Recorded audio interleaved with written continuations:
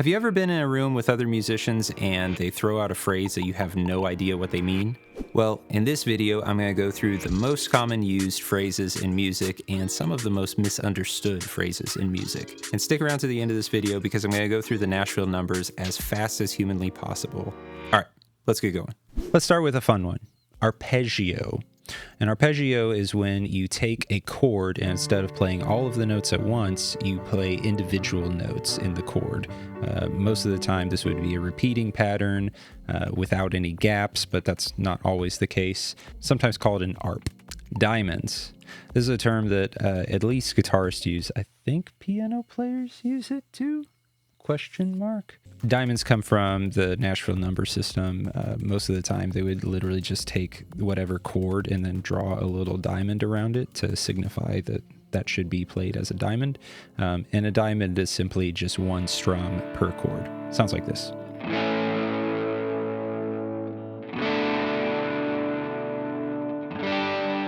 When I think of diamonds, it makes me think of another guitar term, which is the rake, which I think you could use on a piano, whether or not that's caught on or not. But a rake is simply when you go from one end of the strings all the way to the other end of the strings in a kind of slow fashion. Sounds like this. And you're sort of raking the pick across the strings, hence the term. Drive it or driving. This is a term I would use if I was asking somebody to go from like a strum pattern to just playing downstrokes in quarter notes or more likely eighth notes. Building or build it up. This one's kind of self-explanatory, but it's when you're going from a smaller intensity to a larger intensity, you're building. Most of the time in worship music, that sounds like this behind a drum kit.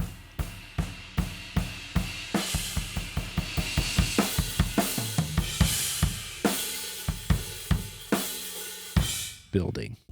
Now, I might not call this one out from stage, but the technical term for it when you're slowing the pace, oftentimes used at the end of a song, is a retardando. And that's just simply slowing the tempo until you gradually meet an end.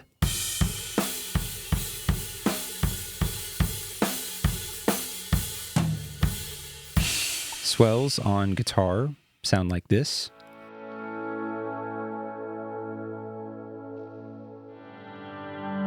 Swells most of the time benefit from lots of reverb and delay and can be played with either the volume pot on your instrument or a volume pedal.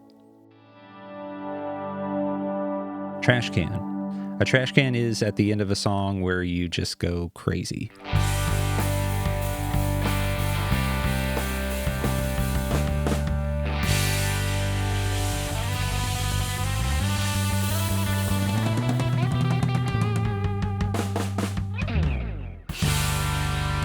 A trash can is a good way to end a song and sort of celebrate the song, kind of gets the energy up. To resolve a song, typically you would land on whatever chord is most used or the chord that feels like home.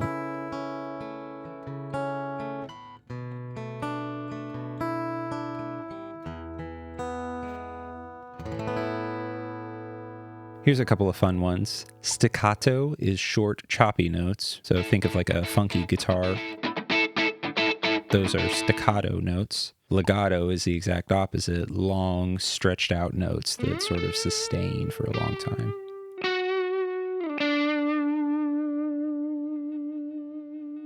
All right, I think it's time for a drum terms lightning round. Here we go. Parts of a drum kit. Kick drum or bass drum. Snare. Tom 1 or rack tom, Tom 2 or floor tom. This is a ride cymbal. This is a crash cymbal. This is another crash cymbal. These are hi-hat cymbals, closed, open. Here's a cymbal swell with sticks. Here's a cymbal swell with mallets. This is called 4 on the floor. Kick drum is playing quarter notes. This is playing on top of the ride. And this is making the ride washy. This is a groove.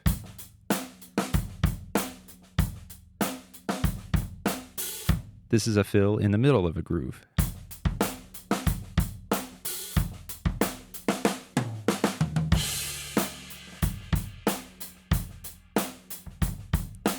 These are hits.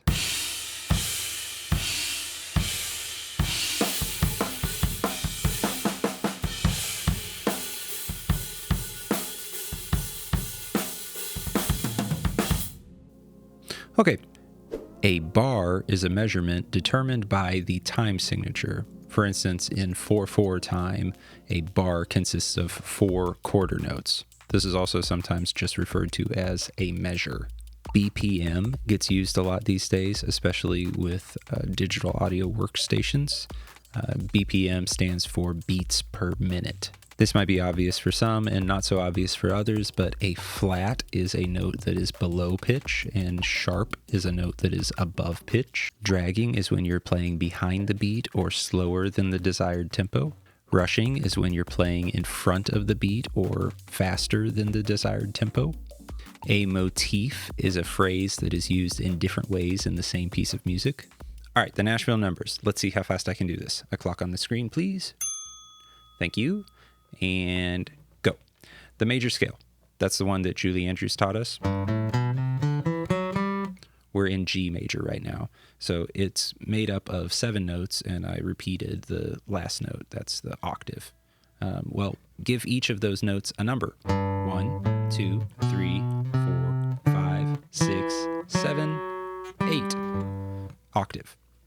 Octave. Octagon. Octopus. 8th note. Interesting. Anyway, now that you have a root note for each of those and a number associated to it, make each of those notes into a chord. 1, 2, 3, 4, 5, 6, 7. Back to the 1. Now, if we're in the E major scale, then it looks more like this. Or in chords, 1, 2, 3, 4, 5, 6, 7, 1. Once you know what key the song is in, this becomes a shorthand for how a song goes. So if there's 4 chords in the chorus, is it a 1, 5, 6, 4, which is one of the most common chord progressions ever?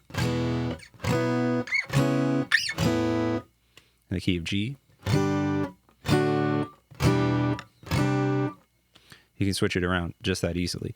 This makes it a lot simpler when you've got somebody that's playing capo 2 in different shapes, somebody that's playing a transposed piano, whatever it is. It makes it way easier to communicate with your band. The Nashville numbers. Okay, how'd I do? It's pretty good.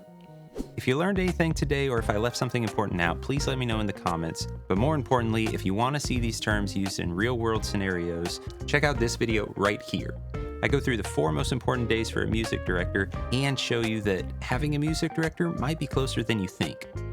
You're gonna need to click it like right now. No, really, it's about to go away. Okay, you have 3, 2,